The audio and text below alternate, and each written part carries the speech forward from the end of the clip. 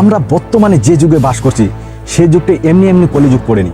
এখানে ধনী হওয়া থেকে ধনী সাজার বেশি চেষ্টা করে।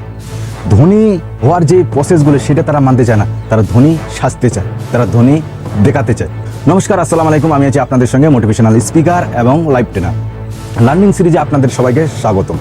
শিখবে না তো জিতবে কি করে। লার্নিং সিরিজে আর একটা পাওয়ারফুল মোটিভেশন, যে মোটিভেশন আপনি ইমপ্লিমেন্ট করতে পারবেন এবং আপনি সেটা নিজের জীবনে অ্যাপ্লাই করতে পারবেন। তাই বেশি দেরি না করে সিধা চলে যাই পয়েন্টে। এক চালাক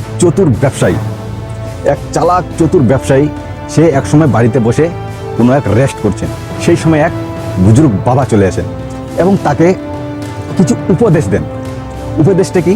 সে বলে যে বাবা, তোমাকে আমি 4টা উপদেশ দিচ্ছি, যে উপদেশটি তুমি যদি জানতে পারো, মানতে পারো, তাহলে তুমি সাকসেসফুল, সময় বাঁচাবে, সব কিছু তোমার সঠিক চলবে। সেই চালাক চতুর মানুষ সেই বুজুর্গকে বলেন কি বলতে চান? সে বলে, আমি একটাই বলতে চাই, তোমার মতো চালাক বলে এই এরিয়াতে কেউ নেই, কিন্তু আমি তোমাকে সেই চালাকটাকে প্রমাণ করার জন্য একটা কথা বলে যাচ্ছি। আপনি যখন মরবেন, সেই মরার আগে আপনাকে 4টা মেসেজ দিবে। যদি আপনি সেই 4টা মেসেজ বুঝতে পারেন, তাহলে আপনি আগামীতে কি করবেন না করবেন আপনি সেই সঠিক রাস্তাটা দেখতে পাবেন। সেই কথা বলে সেই বুজুর্গ চলে যায়। সেই চালাক মানুষ কথাটা কিন্তু মনে রেখে দেয়। হঠাৎ করে একদিন অসুস্থ হয়ে যায়। অসুস্থ হওয়ার পর তারা তাড়াহুড়ো করে তাকে হসপিটালে নিয়ে যায়। হসপিটালে নিয়ে গিয়ে ডাক্তার পরীক্ষা নিরীক্ষা করে বলে যে আপনি আর মাত্র 3 দিন বাঁচবেন, আপনি 3 দিন পরে মারা যাবেন।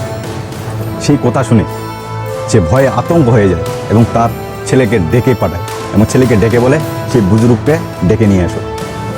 আমি তাকে বলতে চাই যে তুমি যে কথাটি বলেছো সেটা মিথ্যা, তুমি একটা মিথ্যু। তুমি হিমালয় পর্বত থেকে তুমি শিক্ষা গ্রহণ করেছো, সেখান থেকে তুমি শিক্ষা নিয়ে এসো, কিন্তু তুমি মিথ্যা শিক্ষা নিয়ে এসছো, সেটা আমি প্রমাণ করব।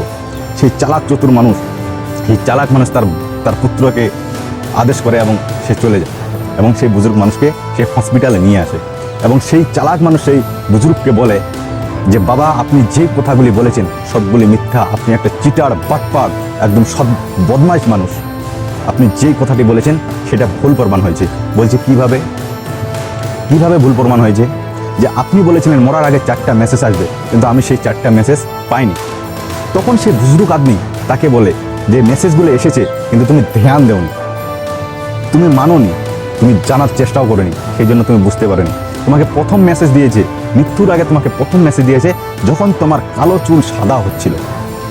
যখন তোমার কালো চুল সাদা হয়েছে তখন তুমি কি করলে? তখন তুমি সেই চুলকে কালো কালার দিয়ে, সাদা চুলকে তুমি কালো কালার দিয়ে যুবক হওয়ার চেষ্টা করলে। তুমি মিথ্যার যুগে চলে গেলে। যেটা তোমার আসল রূপ ছিল সেটা তুমি মানলে না। তারপরে দ্বিতীয় তোমাকে মেসেজ দিয়েছে যে তোমার চোখের দৃষ্টি কমে গিয়েছে। তখন তোমার মানার কথা ছিল যে তোমাকে সেই কাজকর্ম ফেলে দিয়ে তোমাকে সেই পূজা পাঠ করার জন্য, নামাজ বন্দেগী পড়ার জন্য তুমি সেগুলো করোনি।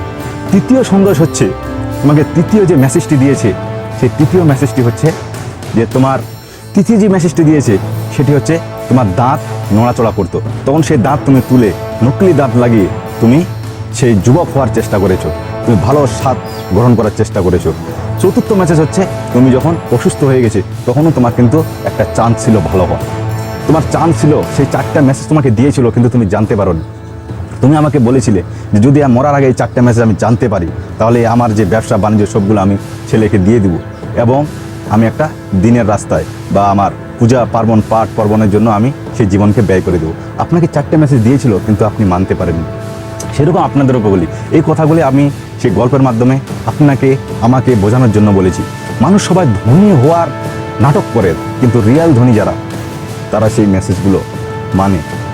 আমরা সবাই দেখাই ব্র্যান্ডেড কাপড়, ব্র্যান্ডেড গাড়ি, কিন্তু আসলে তাদের ব্যাংক ব্যালেন্স খালি।